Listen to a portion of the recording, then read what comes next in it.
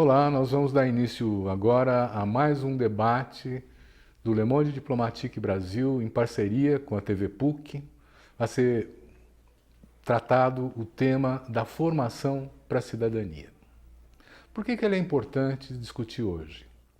Nós estamos vendo uma situação conturbada politicamente, nós estamos vendo muito conflito e nós estamos vendo, vamos dizer assim, a defesa de direitos, os direitos de cidadania, os direitos sociais, né, sem uma grande capacidade de pressão da parte da população para defendê-los.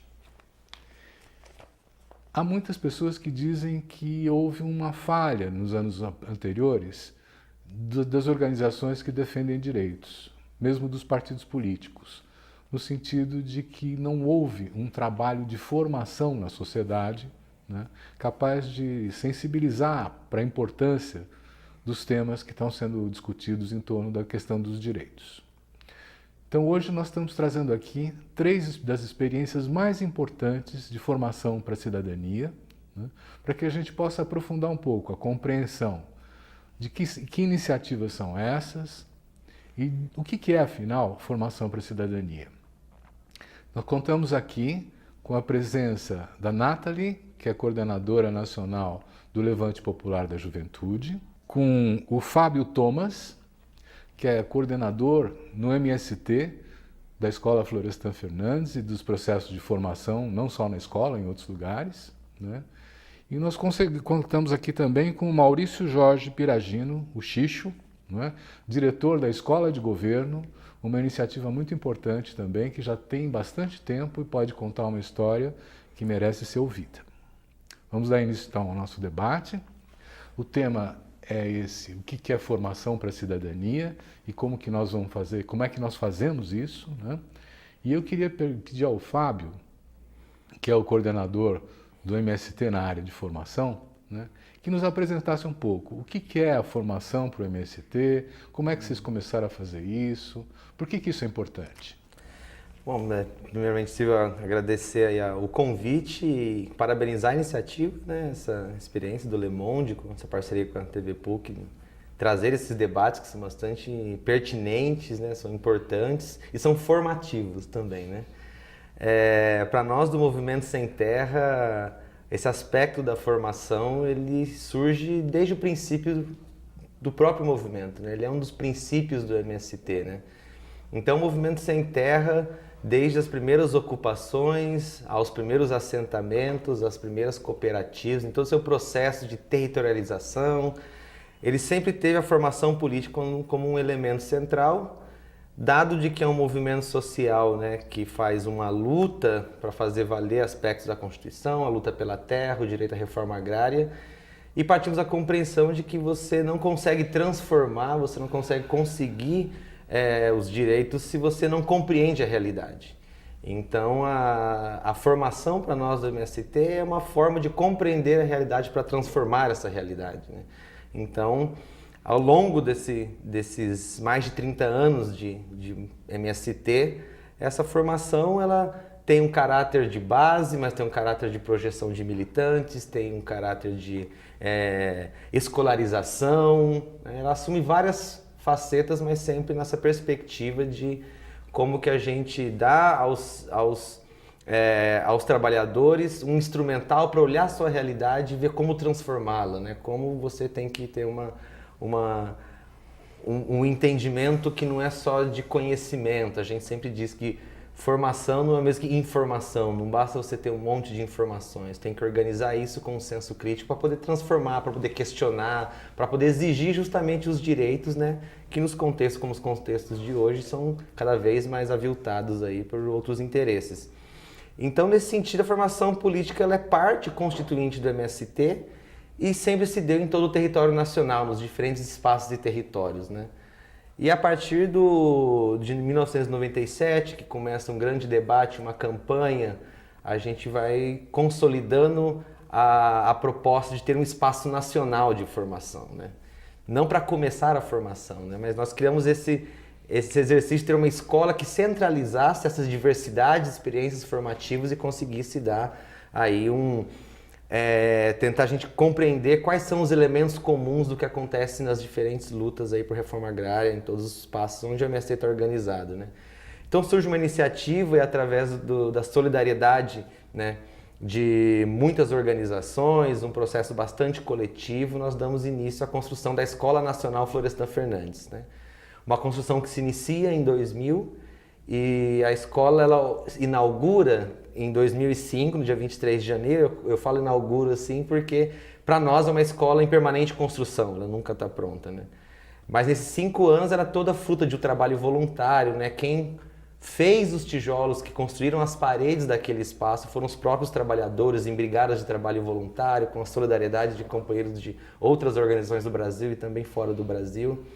Então a Escola Nacional Florestan Fernandes já vai se consolidar com esse espaço que a princípio é um espaço de juntar as experiências de formação do MST e com o tempo ela vai adquirindo um caráter mais amplo, né? Esses processos formativos diferentes que realizamos na escola, eles também abarcam outros movimentos do campo popular brasileiro, outros instrumentos políticos, né? Então sindicatos, partidos também participam desses processos e para além das fronteiras nacionais, né? Então nós temos cursos a nível latino-americano com a presença de diversos países que já vai para 10 anos de experiência, né? Por exemplo. E no último período também o MST vem sendo convocado por outras organizações do mundo afora, pela referência que o MST, como um desses movimentos que luta por direitos, né? Também aí começamos processos formativos nos últimos 3 anos e aí contamos com a presença de companheiros e companheiras do continente africano, da Europa, da Ásia, né? Então, para nós esse exercício da formação política, ele também é um exercício que cria relações, que cria conexões, que cria relações entre diferentes organizações, é um bom espaço de articulação política, entender as pautas comuns, né? Então a formação política não é só para nós mesmos, mas uma formação política a gente tenta criar espaços de diálogo, ver elementos comuns da realidade para atuar de forma comum, né, na luta por direitos e pela transformação social. Fábio, eu fico pensando assim, que o nosso telespectador, a nossa telespectadora, deve estar perguntando assim, o que é essa coisa de formação política, hein? Você quer explicar para a gente com algum exemplo mais concreto? Bom, formação política, né, nessa perspectiva de ter um estudo para compreender a realidade e transformá-la, né, ela assume diversas modalidades, né? Então, nós no MST acreditamos que os cursos são uma das modalidades formativas. Então, na Escola Nacional Florestan Fernandes, por exemplo, fazemos cursos para diferentes públicos, diferentes perfis, cursos mais longos, intensivos, cursos curtos de acordo com a possibilidade, né, dos trabalhadores que ali estão, mas a gente sempre diz que formação não é só curso, curso não é só aula, e aula não é só exposição, né? Então a gente vai compreender no processo formativo com uma série de dimensões que formam consciência, né? No nosso caso, uma consciência crítica pela transformação social, a luta por direitos. Então, para nós, um elemento formativo por excelência é a própria luta política, a luta pela terra, né? A luta de denúncia do latifúndio, da ilegalidade, de como o latifúndio se estrutura no nosso país. Isso é formativo também, né? Mas para nós a formação não pode ser algo que a gente não acredita que ela é espontânea. Ela tem que ser direcionada, ela tem que ser organizada, né? E por isso que dessa nossa experiência a gente fala na Escola Nacional Florestan Fernandes o enfoque em cursos, né? Para diferentes países, movimentos, partidos, porém, né, entendendo que a formação ela se dá em outras dimensões, em especial a luta política, o enfrentamento político é muito formativo do ponto de vista da consciência. E o MST faz formação só na Escola Florestan Fernandes ou... O MST faz formação desde o princípio, né? Então, a gente quando ocupa um latifúndio para denunciar que não cumpre a função social da terra, né? A gente sempre diz, né? As primeiras coisas que a gente constrói num acampamento novo é a cozinha coletiva e a escola, né? Então, a formação ela começa no processo de alfabetização daqueles que não foram alfabetizados na base, mas já no acampamento, no barraco de lona, já começa o processo de entender aquela realidade, entender a luta pela terra, quais são os direitos que nós temos na luta pela terra, como fazer de forma coletiva. Então, lá no acampamento, o processo formativo está se dando. Quando a gente conquista uma terra e se transforma num assentamento, onde o aspecto da produção também continua a formação feita lá para organizar as cooperativas, organizar uma produção agroecológica, organizar a forma de comercialização, né? Ou seja, ela se dá em todos, a formação se dá em todos os espaços do MST. Nas nossas reuniões, toda reunião do MST, das nossas instâncias, tem um momento que é de estudo e formação e debate, para depois ir para o prático, encaminhar as coisas, dividir as tarefas, né? Então ela se dá em todos os níveis, porque para nós a formação ela é massiva, ela tem que ser massiva, ela tem que ser sistemática, ela tem que gerar síntese, tem que gerar alguma coisa, ela tem que ser acessível a todos. E a Escola Nacional Florestan Fernandes não comporta, né, que todos os sem terras do Brasil tenham que ir ali para poder fazer formação, né? Então, um movimento que tem 1,5 milhão de pessoas organizadas, todo o território nacional, né, um espaço como aquele não comporta. Então, alguns dos processos formativos passam pela Escola Nacional do MST, mas a maioria absoluta dos processos formativos do MST se dão nos estados, nas regiões, nos acampamentos e nos assentamentos de forma cotidiana, né? Parte aí da vida de como organizamos nosso movimento. Só uma curiosidade, vocês conseguiram erradicar o analfabetismo dentro do MST?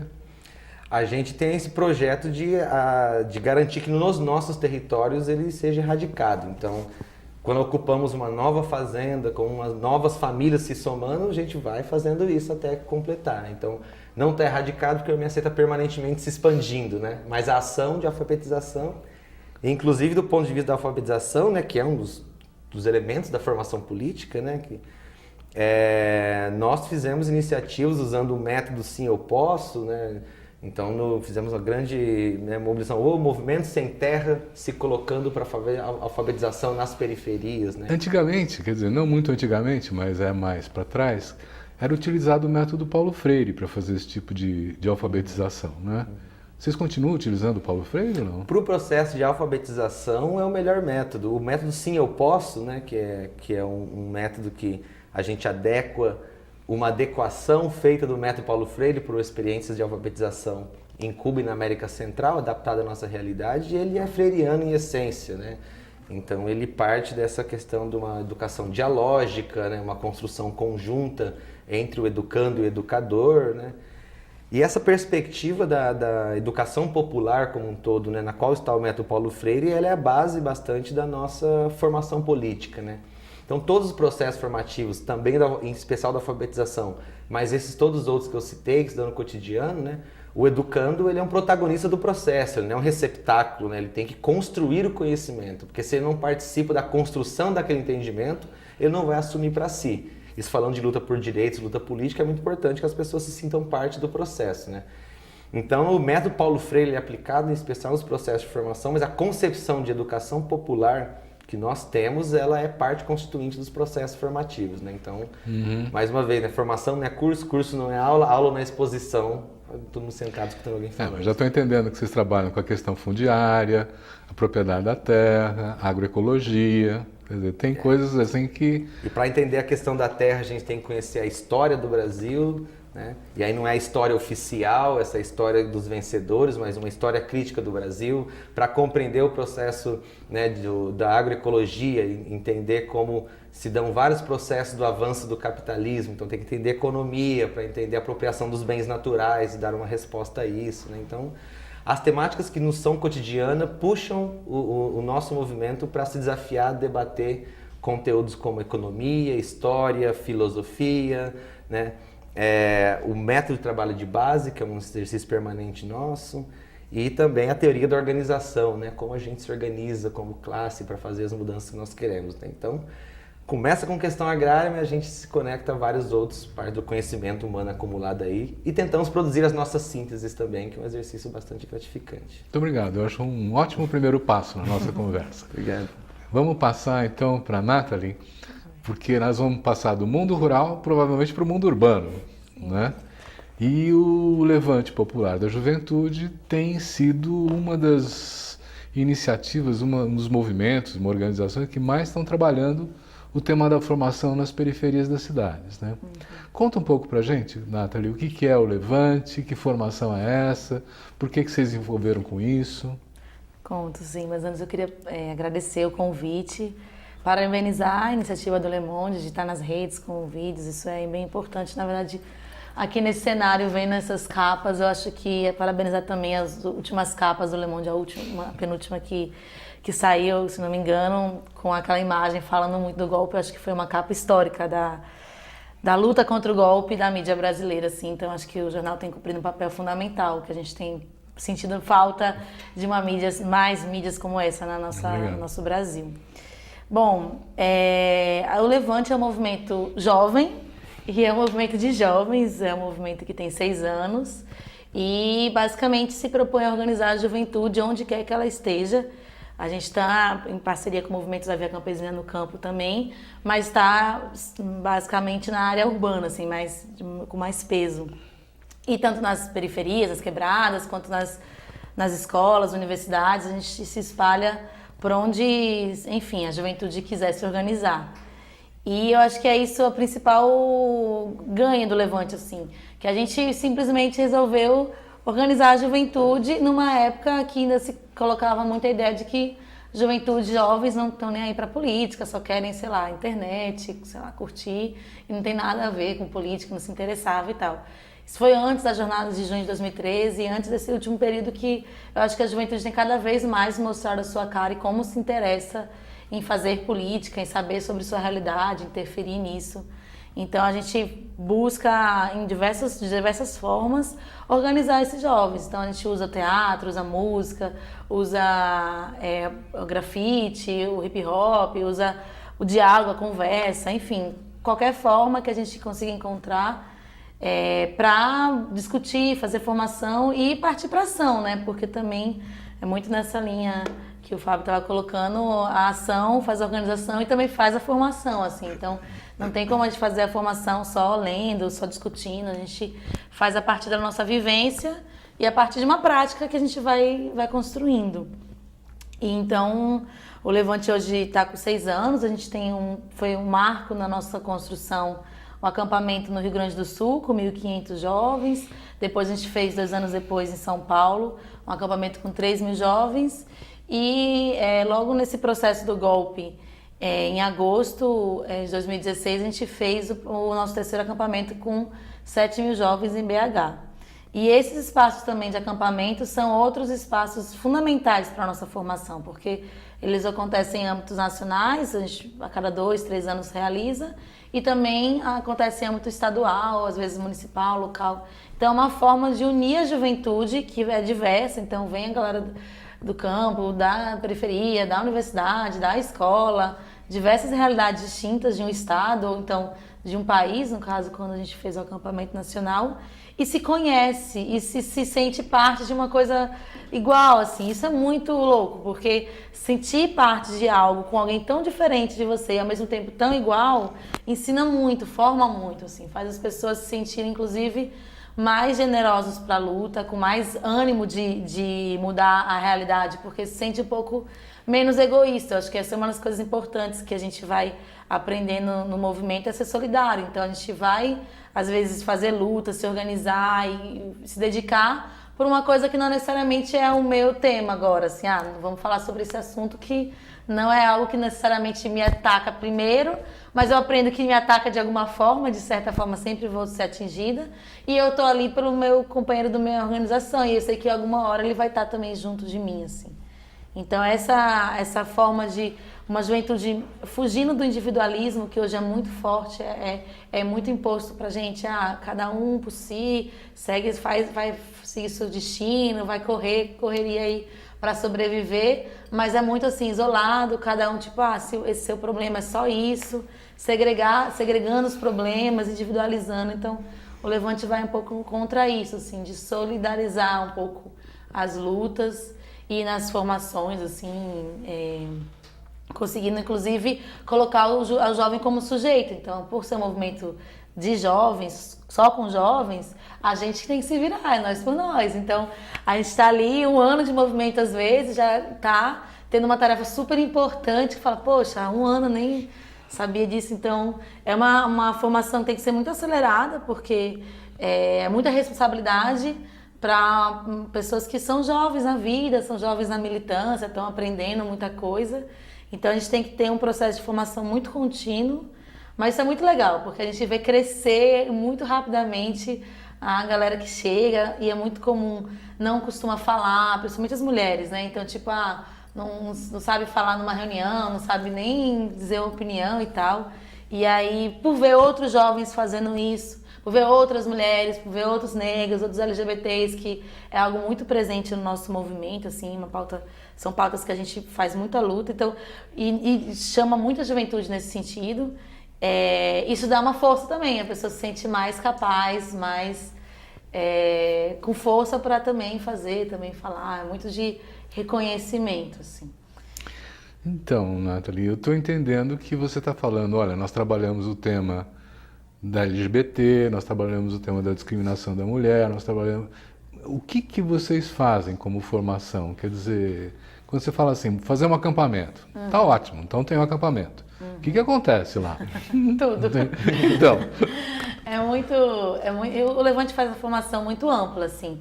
Tem os processos mais formais de escola, então temos a Emerson Pacheco, que é uma escola que enfim, dura alguns meses, em média 6 meses, uma vez por mês um encontro de final de semana. É uma formação meio básica para um militante que entra no Levante, assim.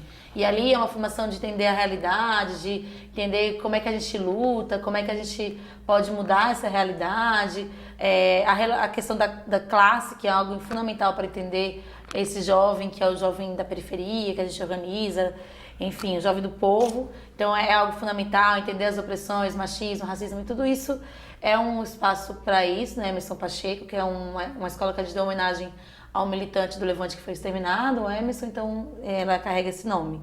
E é uma escola que acontece em todos os locais, assim, é espalhado por municípios, não é uma coisa nem estadual, assim, acontece por municípios no Brasil inteiro. E além dessa escola Emerson Pacheco, a gente tem uma escola nacional, que a gente fez inclusive na Florestan Fernandes. A gente é uma escola fundamental, acho, não só para o Levante, mas para toda a esquerda brasileira. É uma formação que é um espaço de formação que acho que não sei como é que a gente estaria hoje se não tivesse esse espaço que agrega toda a esquerda no mundo, assim. Então tem um papel fundamental. E o Levante também frequenta muito lá, a ENF.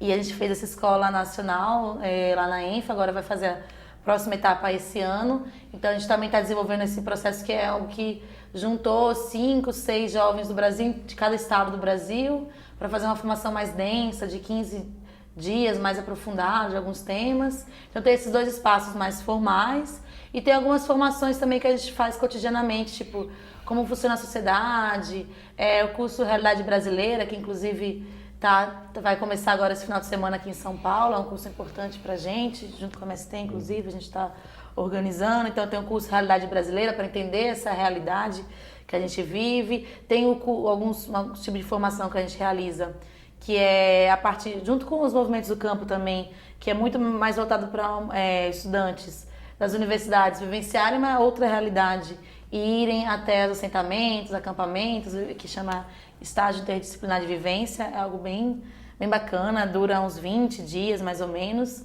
e é uma imersão assim, em outras realidades. Então essas trocas são fundamentais para a nossa formação. E aí a gente se organiza a partir de células. Então, cada espaço que a gente identifica, por isso eu falei, a gente organiza onde o jovem estiver. Então, a gente está numa escola, está numa quebrada e monta ali uma célula. Essa célula depois pode virar 2, 3 e tal. E é um grupo, né, de 15 em média jovens que vai estar entendendo o seu contexto, a sua realidade local, entendendo o estadual, entendendo o Brasil e o mundo. Então, é um espaço de formação, acima de tudo, de formação de troca. Então isso é muito importante, assim, não ter essa hierarquia, né? Então não há quem ali que vai trazer o conhecimento e tal. É um espaço de muito diálogo, muita troca e muito plural. Então, assim, você vai juntar nesse local quem vive ali ou quem estuda ali, mas são realidades distintas, são pessoas distintas. Então, por isso essa troca é muito frutífera. E é um espaço também de ação, que é uma coisa fundamental para o Levante. Assim, a gente tem essa relação da ação como algo primordial. Então a gente tem que, a partir desse momento de formação, de debate, tal, de compreensão, partir para fazer algo. Pode ser algo às vezes pequeno, então uma célula nova, tá? Sei lá, vamos fazer aqui uma campanha de solidariedade, vamos pintar a praça, vamos fazer uma coisa pequena. Ou pode ser algo maior, vamos fazer aqui, por exemplo, no bairro uma parada LGBT para discutir, porque tem muito extermínio, né, das lésbicas, sei lá, trans, então vamos fazer alguma ação maior. Vai variar muito, é algo muito da iniciativa e da criatividade do que precisa, assim. Isso é muito local, mas...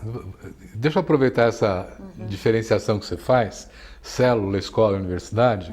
Eu queria primeiro perguntar assim, as células têm alguma assistência do movimento e elas se comunicam entre si ou não? Sim, então cada célula tem, a gente tira 1 ou 2 coordenadores de célula. Então cada coordenador de célula vai ter a tarefa de ter reuniões periódicas, uma vez por mês, depende do tamanho, assim, às vezes tem centenas de células, então a gente não vai ter controle, às vezes tem tipo 2 células num lugar mais novinho, então é mais fácil às vezes, mais difícil, vai depender da dinâmica do estado, assim. Mas a ideia é que esses coordenadores, eles vão ter essa função de dialogar em si, fazer, é uma ideia um pouco de um corpo humano, assim, do corpo, né, as células fazem a vida e fazem se movimentar, mas tem que ter uma estrutura que segura isso, assim, tipo um corpo, um osso, assim. Então, esses coordenadores vão ter nessas funções de fazer esse diálogo, de conectar a pauta local com a pauta estadual, com a pauta nacional, de não ficar... Uma célula não pode ser uma ilha, a gente brinca, ela tem que estar relacionada com tudo que está acontecendo e se comunicando. Então, se tem uma luta no campo, a célula, às vezes, da quebrada vai, a célula do campo vai para a universidade, e isso não fica fechados em seus espaços, assim. Então elas se comunicam bastante e aí tem a tarefa da formação, então cada célula tem o responsável pela formação da célula, então é a pessoa que vai ser o responsável de tal assunto, convidar alguém para ir, pensar o texto, enfim, pensar como vai ser essa formação. Tem o responsável da agitação e propaganda, que é o responsável de pensar um pouco mais as ações, que é como a gente luta, da comunicação, que é algo fundamental para a gente está aí sempre na batalha, na comunicação, assim, na guerrilha comunicacional. E tem responsável pelos setores, setor de mulheres, setores LGBT, negras e negros. Então tem esses responsáveis, cada um vai pegando tarefa, que é uma outra coisa do método da nossa formação fundamental, assim. Ninguém aprende só sentado, ouvindo e tal. Tem que pegar a mão na massa, ir lá e fazer, porque só fazendo e sentindo responsável que aprende. Então, às vezes é muito comum, eu não sei. Às vezes a gente tem relatoria em reunião e tal, eu não sei relatar uma reunião, não sei coordenar, não sei fazer a agitação propaganda, comunicação. Uma coisa muito legal é isso, a comunicação, inclusive, já que a gente está aqui nesse espaço. É muito comum que a nossa juventude pegue a tarefa da comunicação, isso inclusive faça eles pensarem em fazer curso de comunicação depois. Porque é uma coisa que tem um curso ali muito ligado, então a galera não sabia fazer comunicação, não sabia tirar foto, não sabia nem mexer no Facebook, só o seu, né? Aí fica responsável pela página do Levante no município, tem que tirar foto dos atos, depois já está aprendendo, tem cursos de comunicação, tem cursos nacionais, cursos estaduais, então é um espaço também de aprender técnicas, aprender os nossos conceitos, as concepções, mas técnicas também de teatro, de dança, de música, de comunicação também. Então a galera aprende e acaba querendo levar isso para a vida, e isso ajuda inclusive a pensar a sua profissão, assim. Então, beleza, hein? E me diga uma coisa, você falou, nós atuamos também nas escolas e nas universidades. O que vocês fazem? A gente faz luta. É um método muito parecido, tanto nas quebradas, nas periferias, quanto nas universidades, quanto nas escolas. A gente vai organizar a partir do local. Então, se em uma universidade, por exemplo, a gente tem uma célula só, talvez ali tenham vários cursos e a gente vai ter que pensar a realidade desses cursos. Se tem várias células, então vai envolver essa relação com o seu curso específico dessa célula, com o departamento que está inserido. E aí vai fazer luta, tanto por assistência estudantil nas universidades, que é uma coisa fundamental. A gente venceu um processo dos estudantes se inserindo na universidade, mas às vezes estão com dificuldade de permanecer, na maioria das vezes, e agora com o processo do golpe, com os cortes que estão acontecendo, congelamento, isso vai ser cada vez pior.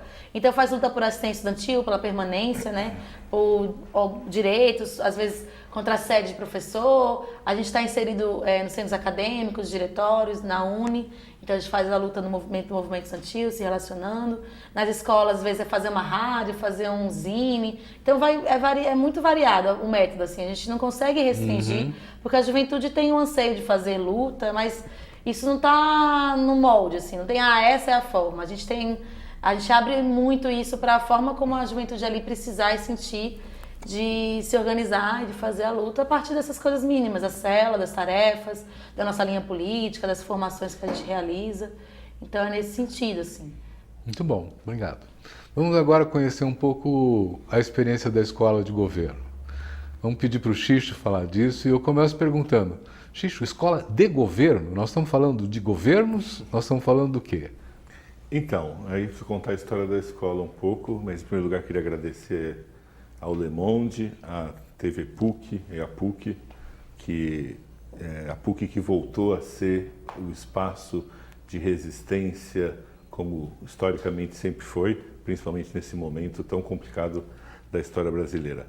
Bem, a escola de governo, Silvio, ela está já no seu 27º ano, né, de funcionamento. E ela nasceu da ideia do professor Fábio Conder Comparato, de um olhar que ele tinha para aquele momento brasileiro, portanto, há 27 anos atrás, 28 anos atrás, no qual a gente tinha uma Constituição nova que abria a possibilidade da cidadania poder ter uma expressão muito maior do que até então na história brasileira a gente tinha, e no momento do impeachment do Collor, né, em que o professor Fábio observava que as pessoas que iam para atuar nos governos, elas não tinham uma visão generalista do que era a sociedade.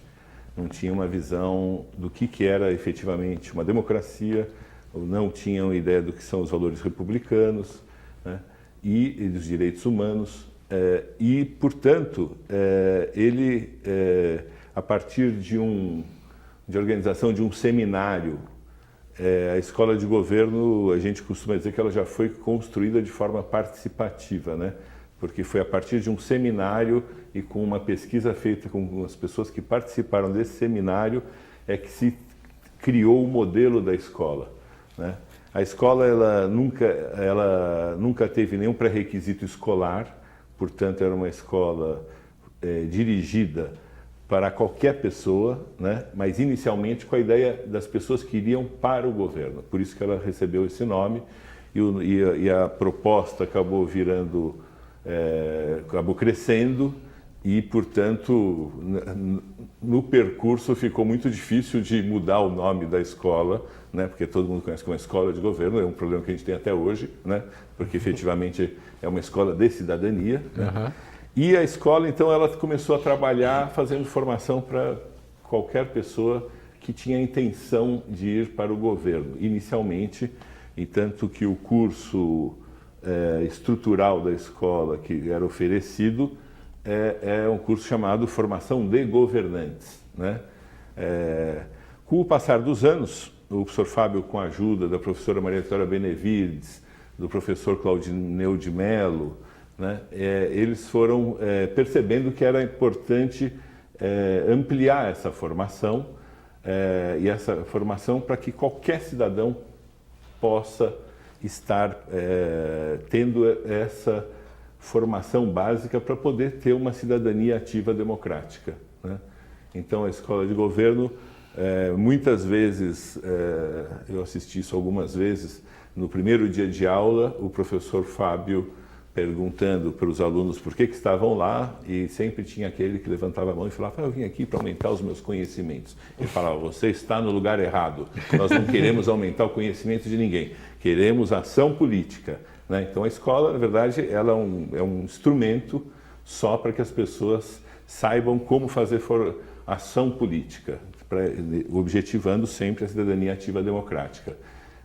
E a ideia da escola, ela se pautou, então, portanto, né, o contorno da escola, dos valores que a gente quer que os alunos absorvam e sejam militantes disso, são 5, né? São 5 pilares da escola de governo, que é a democracia participativa, né? Porque a Constituição brasileira, no seu parágrafo único do primeiro artigo, fala da participação direta do cidadão, e isso existe uma descompensação disso na sociedade brasileira, né?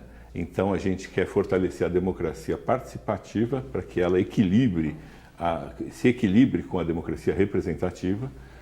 A gente quer que as pessoas tenham valores republicanos, né? Porque nessa terra ainda é um nome fantasia, se nós chamarmos República Federativa do Brasil, porque na verdade a gente guarda, acho que ainda muito fortemente, um DNA monarquista, né? Tanto que a gente vê os eleitos, quando chegam nos executivos, agem como verdadeiros monarcas, né? Eu posso mudar o nome das coisas, eu posso fazer o que eu quiser, né? Como se fosse um monarca.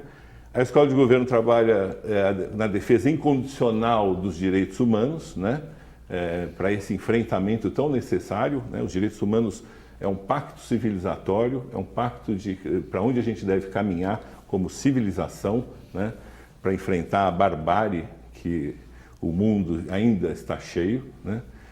A gente também trabalha com a ideia do desenvolvimento, né? Diferenciando o que é desenvolvimento, não só no sentido que o mercado coloca, o país vai bem se o PIB aumenta, né? Eu gosto sempre de lembrar do professor Ladislau Dauber, que fala, o acidente que teve ali aumentou o PIB, né? Então, quer dizer, a tragédia também aumenta o PIB. Então, essa ideia só de crescimento econômico é uma ideia equivocada. A gente tem que trabalhar com a ideia de desenvolvimento, que é uma outra coisa, que é dar acesso para todas as pessoas, pelo menos as mesmas oportunidades, né? Permeando a democracia participativa, os valores republicanos, os direitos humanos, o desenvolvimento, a ética na política, né? E ética como um valor fundamental e que precisa ser bastante enfrentado, porque no Brasil a gente vive uma grande hipocrisia nacional de que a gente gosta muito de apontar o dedo para os outros e não tem espelho em casa para ver o que anda fazendo, né? Então, assim, a escola se estabeleceu sobre esses pilares, fez essas formações desde então, e a gente trabalha com um método que o professor Fábio trouxe do tempo dele de juventude católica, que é o método Ver, Julgar e Agir, né? Que é ver a realidade, saber onde que estão, como que está sendo criada essa realidade e ter uma ação em cima disso, né? Então, por isso que a gente trabalha nessa formação. E fazer uma formação generalista, Silvio, né? E aí, eu ouvindo os dois, me dá uma alegria enorme, né? Porque a gente vê que há esperança ainda, né? Eu falo isso porque quando a Escola de Governo foi criada, era um momento de muita esperança no Brasil. Quantas pessoas estavam muito animadas saindo de um processo de uma ditadura empresarial militar, que estávamos com uma Constituição nova que favorecia a cidadania, e as pessoas estavam cheias de esperança, né? Muito diferente do momento atual que a gente vive, que é um momento de desesperança, quando a gente vê o fascismo ascendendo no Brasil de uma forma muito forte e no mundo também, né? Então, a gente, para citar o professor Fábio Conder Comparato também, a nossa ideia é que os alunos da Escola de Governo saíssem com a capacidade de entender o funcionamento da floresta, não somente ser especialista numa árvore, né? Então, a escola foi se modificando com o passar dos anos também, mudando o seu currículo, cada vez foi dirigindo-se para fazer o enfrentamento do sistema que nós vivemos, portanto, o enfrentamento ao capitalismo, porque a gente observa que muitas pessoas iludidas acham que o capitalismo vai dar conta da questão ecológica. Não vai, o capitalismo vai destruir o planeta, vem destruindo e vai continuar destruindo, né? Da mesma forma que a questão da cidadania, né? A gente não pode, como é que a gente pode ter uma nação, ter planejamento num sistema que não permite ter nenhuma regulação para que a gente possa ter um planejamento, né? E assim por diante, né? Então a gente veio fazendo essa formação. A gente usou muito o esquema de sala de aula, de aulas mesmo, mas a aula sempre com um espaço reservado para o debate, né? Isso era uma condição, né? Um pedido para todos os que ministraram aula na Escola de Governo, que você fale as 2 horas de aula, você fale 1 hora e pouco, e o resto é o debate, que é tão importante quanto, ou até mais importante do que o conteúdo que foi passado naquele dia, né? E com o passar dos anos a gente foi incrementando com algumas coisas, né? Com algumas atividades conexas, né? Complementares. Por exemplo, fazendo visitas de campo, né? Inclusive visitamos a Escola Florestan Fernandes uma vez, ou fazendo visitas de campo porque é muito difícil conhecer alguém que conheça, por exemplo, toda a realidade da cidade de São Paulo. A cidade de São Paulo é um mundo, nós somos um país, né? Com 32 realidades diferentes. Se a gente falar de subprefeitura, que o monarca atual acha que pode mudar de nome para prefeitura regional, né? Contrariando a lei orgânica do município. Então, assim, a gente tem essas experiências, né, das pessoas poderem quebrar, na verdade, tem uma expressão comum que se fala, né, aquela pessoa precisa de um banho de loja, a gente costumava dar banhos de realidade na escola de governo. Então, venha conhecer essa realidade. A gente fez isso com ocupações por moradia, conhecendo realidades diversas, né, da cidade de São Paulo, e também complementando com, por exemplo, com outras atividades, né, com um debate de um filme, de uma peça de teatro, podendo trazer os atores, no caso da peça, ou o diretor do filme, para fazer o debate, né, sempre temas contemporâneos importantes. E também o que a gente não pode deixar nunca também à parte é a questão da leitura, né? Estimulando para que as pessoas possam ler. Tem lá um hall de por volta de 10 livros que, se você ler, você vai entender um pouco mais da realidade brasileira, né? Talvez hoje a gente tenha até um pouco mais do que... Quer dizer, tem muito mais do que 10, mas... Então a gente sempre trabalhava um desses livros com os alunos e fazendo uma discussão ou com o próprio autor ou com alguém que conheça aquele tema, né? E a gente foi se modificando também, né? Então estamos nessa caminhada e enfrentando a dificuldade de ter financiamento para a formação política, né? Problema geral, né? Que todos nós. Não, eu acho que foi ótimo essa primeira rodada, assim, de dar uma situada em que cada um faz. E eu queria colocar uma pergunta para vocês que tem que ver com o momento que nós estamos vivendo, né? Um momento de polarização, um momento de radicalização, um momento de uma ascensão do autoritarismo. A gente não sabe aonde vai dar tudo isso, né? Mas evidentemente os limites disso estão dados inclusive pela capacidade de resistência da nossa sociedade, né? Veja, por exemplo, 100 mil professores municipais que se concentraram na Câmara Municipal de São Paulo para impedir a votação de uma previdência que ia prejudicá-los. Esse projeto foi paralisado. Eles jogaram para o próximo governo porque ninguém quer mexer em casa de vespa em ano de eleição, né? Então, eu estou pensando assim, esse cenário é um cenário difícil, vai se tornar um pouco mais difícil, né? E o trabalho de vocês é central no sentido de ir construindo o protagonismo da cidadania nessas disputas. Como é que vocês estão vendo? O que vocês estão achando que tem que mudar no trabalho de vocês, olhando esse futuro?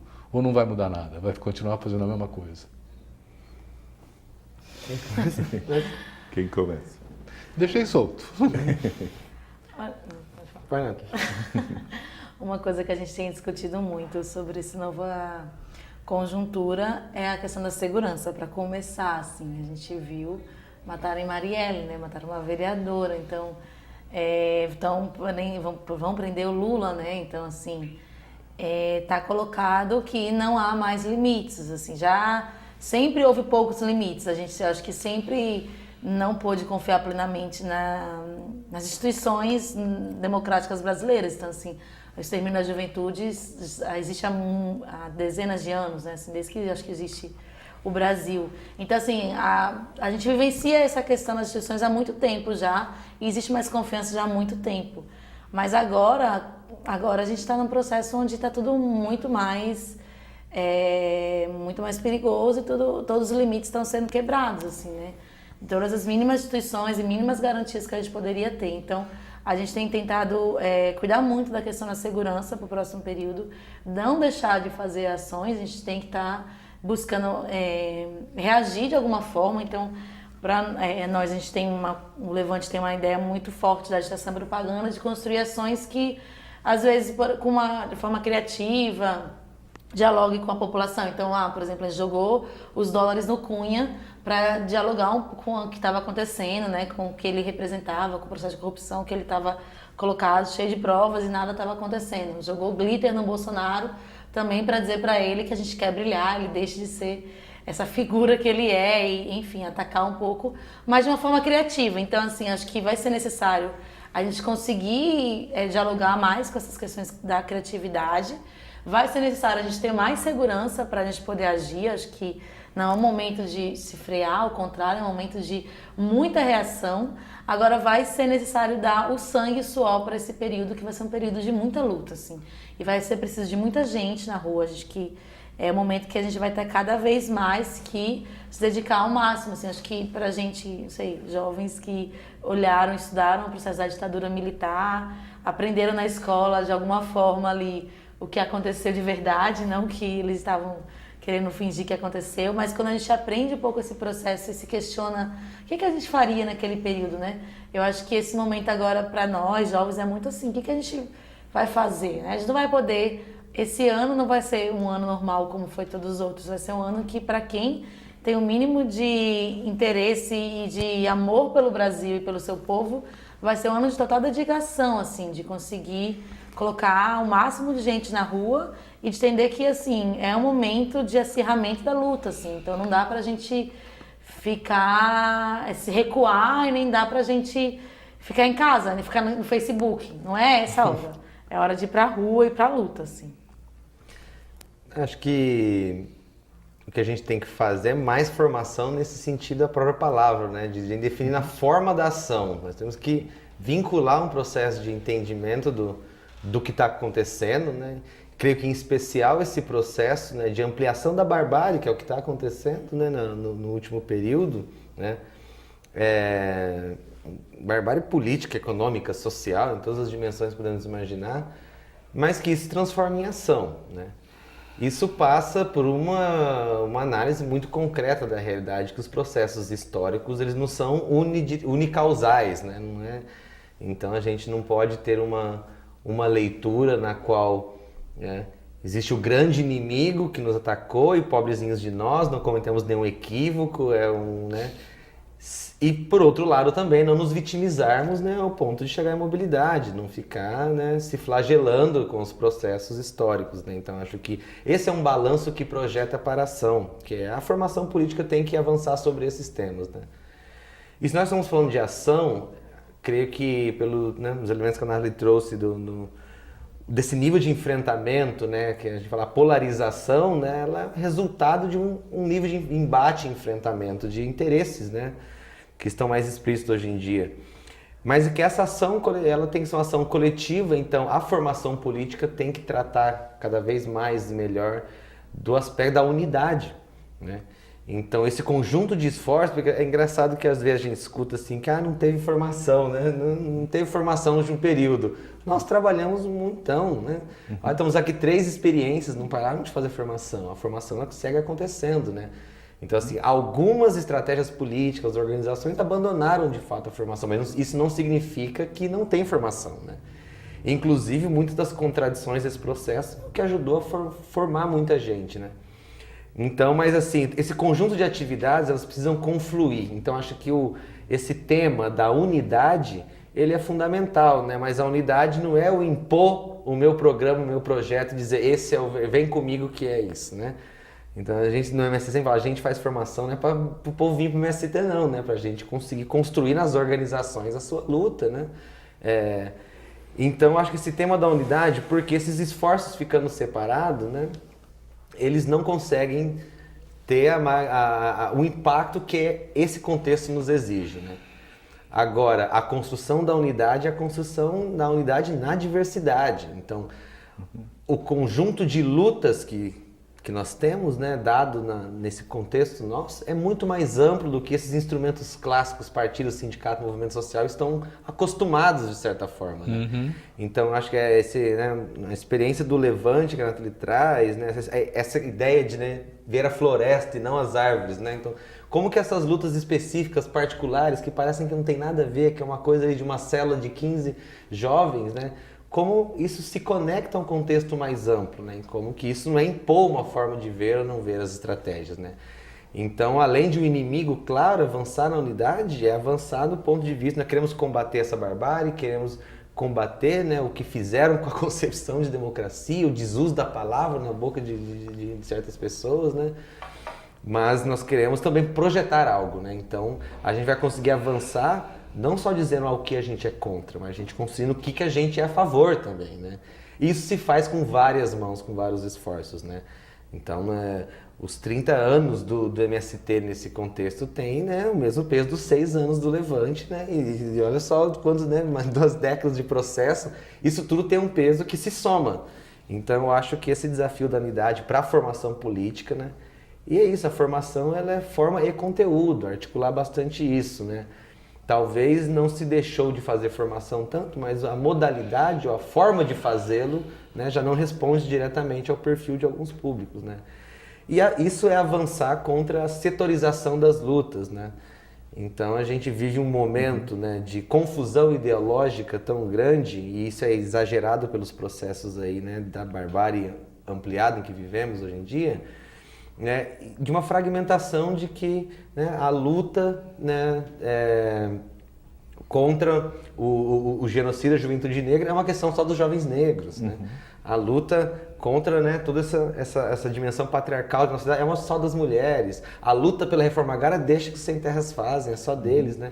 Quando a gente começa a entender, no sentido do que a Nara trouxe, né, que a minha luta é a luta do outro, por isso que a dele também é minha, né? E que a solidariedade se constrói numa ação prática de estar à disposição para lutar, porque isso tem a ver, né? Porque tem o extermínio da juventude negra se dá no campo também, de certa forma, porque o patriarcado exerce dentro dos assentamentos, nos acampamentos, isso está colocado como problemas também. Então acho que isso de a gente avançar, né? Enfrentar de cara, sem meias palavras, toda essa onda pós-moderna de fragmentação da consciência das identidades, e reafirmar a classe como algo que unifica, mas num novo patamar de qualidade, que unifica na diversidade. E aí se faz, acho que, uma ação política à altura desse momento, para conseguir ou não derrubar. Você quer dizer uma coisa, Xixo? Eu queria só chamar a atenção, né, porque o Brasil não tem histórico democrático, né? E a importância da formação é exatamente essa, né, no nosso entendimento. Acho que até na escola de governo nós estávamos conversando que se naquele momento lá do início da escola a gente precisava de uma escola para as pessoas irem para o governo e depois para a cidadania, hoje a gente precisa de uma escola de democracia, né? Porque as pessoas acham que muita democracia é ruim, né? A elite brasileira trabalha com essa ideia, por isso que é esse cerceamento e por isso que novamente estamos num estado de exceção vivendo no Brasil. Então, a falta desse histórico democrático, né? Porque se a gente somar quais são os períodos democráticos do Brasil, talvez de 46 a 64, 88 a 2016, né? Talvez nada, porque antes as mulheres não votavam, então que democracia era essa? Não dá 50 Não dá 50 anos. Então, a formação é fundamental para que a gente possa, que as pessoas entendam realmente e tenham o valor democrático nos seus corações e mentes, né? É muito importante que a gente tenha essa perspectiva. E nessa conjuntura, eu acho que ele falou da história de que faltou formação, né? Eu escutei muito isso, e isso me doeu muito ouvir, né? Porque faltou também apoio à formação. Claro. E a gente sofreu muito com isso. O trabalho na escola de governo é praticamente um trabalho voluntário, né? E que chega a momentos de limite, em que a gente não consegue mais ter ação porque falta apoio. Por quê? Porque como é que quando a gente escuta de possíveis apoiadores, mas como é que a gente vai medir o resultado desse trabalho? Bem, formação é a ideia de uma coisa constante que vai ter que continuar sempre. Então, o resultado é um pouco, a gente fala, olha, tem ex-aluno da escola de governo em muitas praias, muitos lugares, e que fazem alguma ação política, se desdobram, estão fazendo, né? Então, mas isso parece que ainda não caiu essa ficha dessa importância da gente efetivamente fazer essa formação tão necessária para as pessoas entenderem que é muito diferente viver sob um regime democrático e viver num regime autoritário, né? Porque as pessoas, enquanto não bate no umbigo a água, está tudo bem, né? Ah, bateu no umbigo, opa, agora estou preocupado. Então, eu acho que é um pouco fundamental que a gente possa ter formas que dialoguem, inclusive, com as novas tecnologias, para que possa alcançar um número maior de pessoas e que as pessoas minimamente saibam, quando falar de reforma da Previdência, do que nós estamos falando, para não caírem no ledo engano do que foi pregado pelo Brasil, que há um déficit na Previdência e que nunca houve, se você ler a Constituição brasileira, né? Obrigado. Nós estamos chegando ao final do nosso programa, mas eu não queria terminar o programa sem trazer para vocês um elemento novo que está surgindo nos Estados Unidos, né, que é um movimento político criado na sociedade civil, né, parecido com o que vocês estão fazendo. É uma questão que também é uma questão global, essa que nós estamos vivendo. A campanha daquele candidato democrata, o Bernie Sanders, um socialista, né, que disputou com a Hillary Clinton, engajou a juventude americana de uma maneira impressionante, né? E eles conseguiram quase ganhar dentro do Partido Democrata. Poderia ter sido um outro cenário mundial, se isso acontecesse, graças à mobilização da juventude lá. Quando acabou a campanha, né, eles se colocaram a questão assim: e o que nós fazemos para dar um espaço para essa juventude que se engajou continuar militando na política, na defesa da democracia, né? Eles criaram um movimento Our Revolution, Nossa Revolução, não é? Em um ano, esse movimento conseguiu construir 600 comitês locais e está disputando desde a eleição de uma diretora de escola, que lá é eleita, né, até os pequenos cargos do Partido Democrata, que não tem outra opção para eles lá, é só democrata e republicano, né? E mesmo apoiando o que seriam os vereadores lá, a eleição. Já conseguiram mais de 100 candidatos eleitos com o apoio do Our Revolution, com uma plataforma que era a plataforma de defesa deles. Eles querem, por exemplo, dobrar o salário mínimo, eles querem educação pública gratuita universal, né? Quer dizer, que são coisas que estão empolgando a juventude. E parabéns para vocês que estão também fazendo todos esses esforços aqui no Brasil, né? Eu quero então agradecer muito a presença da Nathalie, coordenadora do Levante Popular da Juventude, o Fábio, coordenador do MST na área de formação, e o Xixo, diretor da Escola de Governo. Muito obrigado. Continuamos com debates nos próximos capítulos.